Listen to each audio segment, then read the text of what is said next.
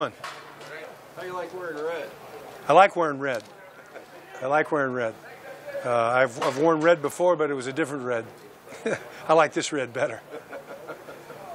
You've known Coach Diaco a long time. What made this seem like such a good fit, just working with him and for Mike Riley?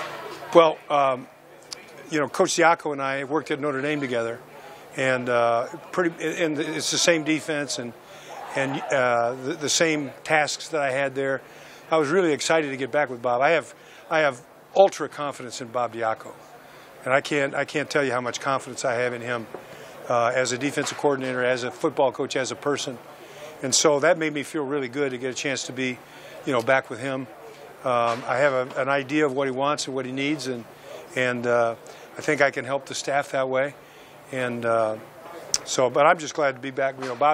He's a great coach and a great person, but he's a lot of fun to be with too. You don't see that part necessarily, but he's a fun guy to be around.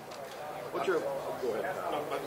Did you have any connections with Nebraska or the old staff over the years, with Coach Osborne or anybody like that? No, I really didn't have any connections with the old staff, except that they pounded my butt a couple times. They always it's always a tough trip to Lincoln. I played against Nebraska at Kansas State and Iowa State, and had some success, but some not success as well.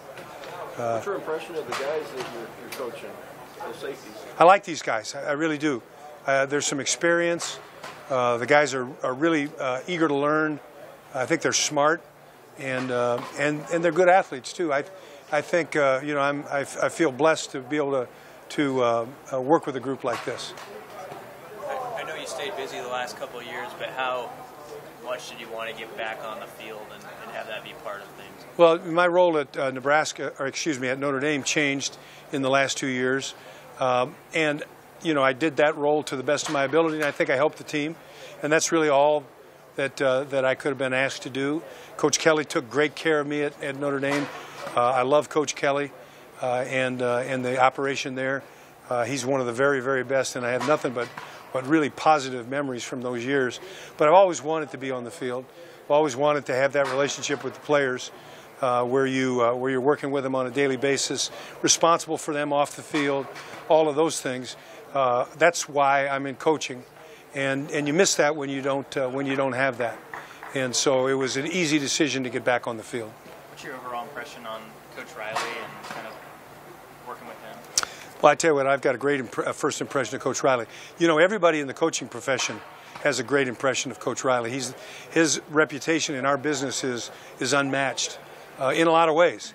I mean, he had great success, maybe not in the easiest places to work. He made great success out of maybe I don't want to say lesser players because it's not the case, but in a different circumstance than maybe USC or some of those West Coast teams. So he has a great reputation in this business, and he's also known as one of the best men in the business. And I hope that's what people say about me someday. And so it's really a great chance to work with him.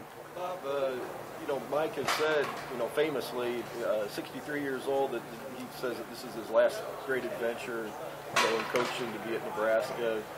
You're the same age as Mike. Is that kind of the same philosophy you're taking, or is this, just kind of what's your take on that? Well, I'm not putting any limits on my future. The way I feel right now, I could go for a long time. I would like this to be the last place, and but we'll see how that goes. I mean, I'd like to be here for 10 years, and they may have a cane and crutches by then or whatever, but I feel really good right now, and I'd like to see what we can do. I apologize if you already asked this, or already answered this, Bob, but Trent's a pretty young guy, Dante's a really young guy, John's fairly new to coaching. I kind of feel an obligation with these guys to kind of help them too, as much as players. The question was the defensive staff is young to some extent and inexperienced to some extent, and maybe I can help those guys bridge the gap and help them develop in their coaching careers. But I would say this, aside from that, maybe so and maybe not, that's a really talented group of guys. Trent Bray, Dante, John Perella. You're not going to find a better defensive coaching staff in the country, in my opinion. I've been everywhere you can be. This is my 18th move.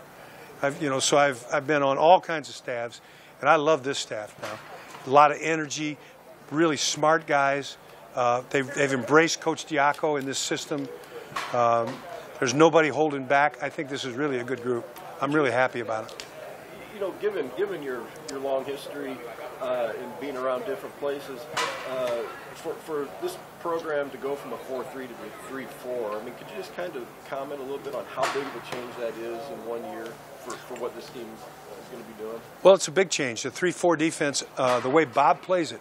There's other teams in the country that play 3-4 but end up in 4-3 on every snap because they move every down, you know, over this way, over that way. So they end up with 4 down linemen. That's not the case here. This is a true 4-3. And a true 3-4, but we also will play some 4-3, and there'll be some movement, but it's there's a lot of nuance in this defense, a lot of intricacies maybe that people don't see on a regular basis, and I think that makes it good. You've seen this place from visiting. Yeah. Plenty. When you get in here and you peel back the layers a little bit, you kind of think about facilities. And well. Disposal. So the question was, you know, I've been here as an opponent. Now I'm here and I get the chance to be on the inside, and I'm very impressed. I mean, the facilities are really good. I like the organization. The athletic department is outstanding. Great leadership in the athletic department, and I like everything about it. You know, it's a community and a state that really loves their team, and that's a wonderful thing to be a part of. And you know, I think Nebraska football can make a real difference in the state of Nebraska for everybody, not just football fans, and that's our goal. Hey, Coach, when Coach Diaco, you know, is coming into a room where he doesn't really know the coaches except for you, he knew you. How have you seen him kind of lead the room of coaches and kind of work with a new group of people that he didn't necessarily choose other? Well, Coach Diaco, the question was when Bob came in here without a staff that he had handpicked, how did he handle it? And I thought he handled it very well. Coach Diaco is strong in his beliefs. This defense and his ideas about football and life in general are very strong and very principled. So, and it's very clear. He's a great communicator, as you've found out. So, as a great communicator, he can lay down those principles and sketch out how we're going to operate in a very precise manner.